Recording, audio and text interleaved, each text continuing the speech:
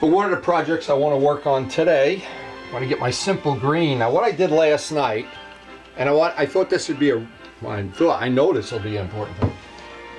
This is a part that Vlad took off the Bimota. We cleaned it up yesterday fairly well, and I let it soak with simple green overnight. Now what's going to happen, as soon as I wet this, you'll see this right away. Of course, simple green is a good degreasing agent, and you can see it reactivates all the soap that's on there, the simple green. Well, that's really nice, because what it's telling me hopefully will degrease this part. Now, one of the things I wanted to show, and because I got a dialogue going with several of my friends that do this kind of stuff on these restorations, and we share information. They've sent me some useful tips. Bob Brookins, by the way, happens to be one of them that has shared his technology on this, among others. And of course, John Pothier with the decals, and then it just goes on forever.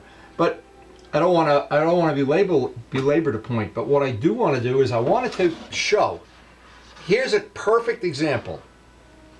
You have your Ducati or MV Agusta or whatever you have. This is a Bimota part, and it's several years old. And if you look at it close, you can see what Vlad is talking about. It's got a lot of scuffs, a lot of stuff, I guess, from putting it on and off the trailer at track day or whatever. It's got a big flaw here somewhere I saw yesterday. There's one up there. When these people make a part and they put the joint right where you see it, I'm not so sure. These people would not be working for Boeing, that's for sure. This looks like a little bit of an issue there too, but here's one of the things to always remember. Once a part is prepped, now let's just go backwards here. This was yesterday's part. It's prepped.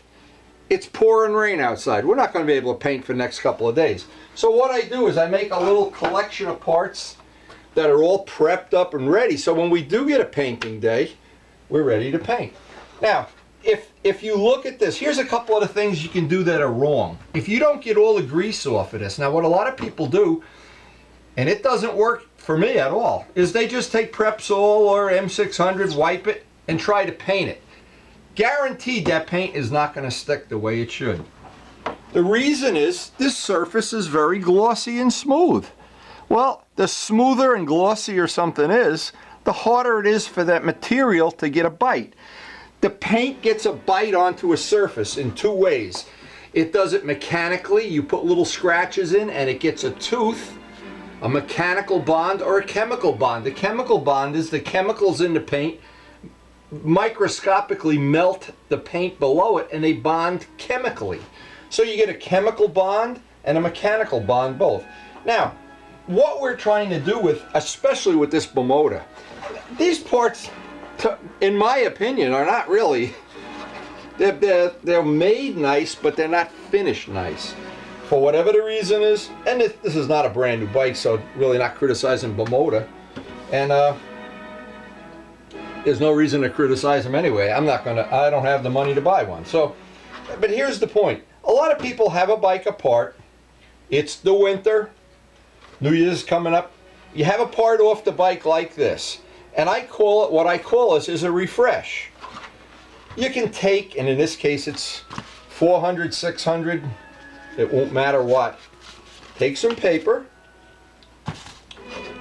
I'll do one little spot here. In fact, I'll pick this spot right here to show what I'm talking about. Wet the sandpaper. We've already gotten this part soaked in simple green, which by the way is one of the best degreasers I've ever seen in my life. I don't want to make a big deal out of this. To sand up and prep up a part like this is a couple hours of work. Of course, I got to get in all the corners, all the edges. And I'll explain this, and I just want to show one little spot. And when I'm watching a video, I hate when they keep flipping and editing, and then you don't get to see anything in real time. You know, it's like a cartoon, really. Now I want to sand this until it's flat. I want it to have sanding scratches in it. Also, by using a block, I'm going to get out a lot of, hopefully, a lot of the little scratches, sanding imperfections, whatever.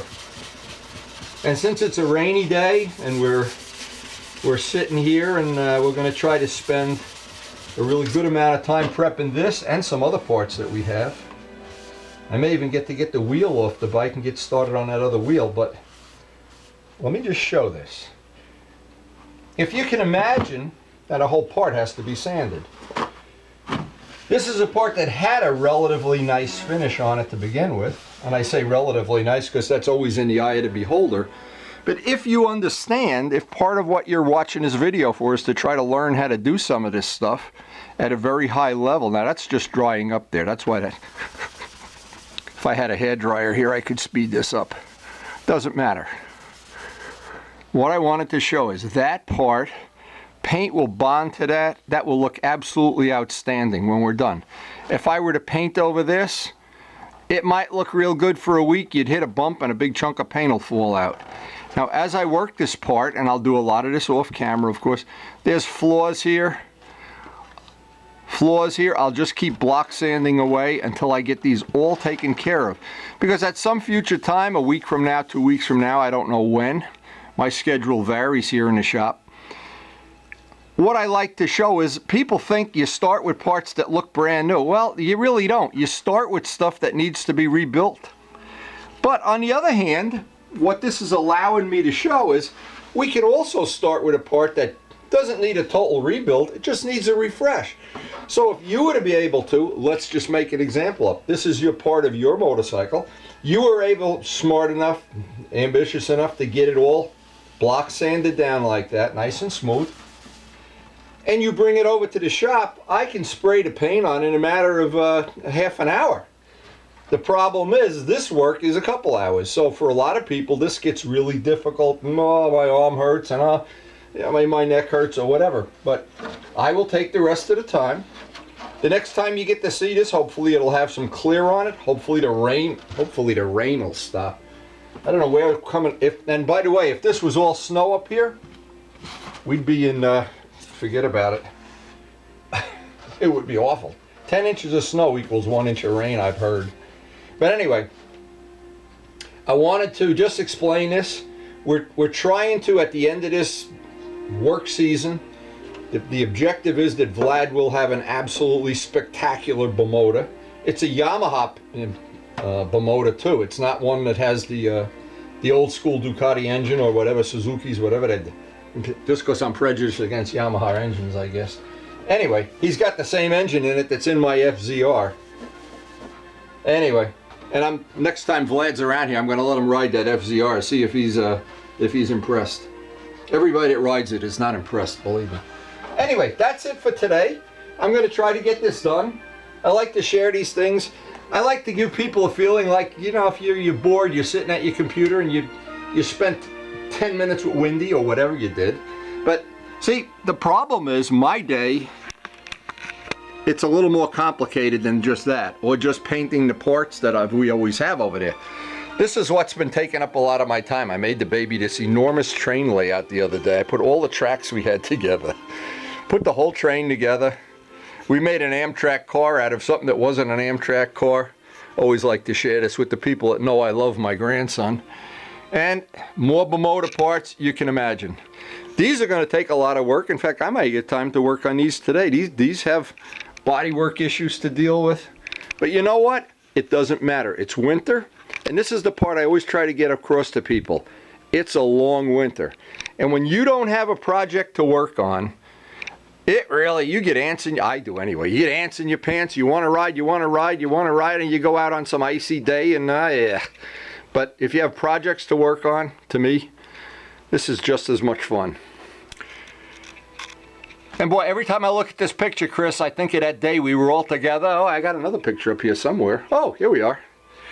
So when it's cold and it's damp outside, I just think of those days. And we're going to have a lot of them in 2016. It should be a great year coming up. I hope you'll be with us every step of the way. Anyway, thanks for watching. And again, it's an ongoing saga. The amount of hours that are going into this project are off the chart already, but you know what? It's going to be spectacular when it's done. Trust me. This is going to be a one-of-a-kind Bimota when he's done with this.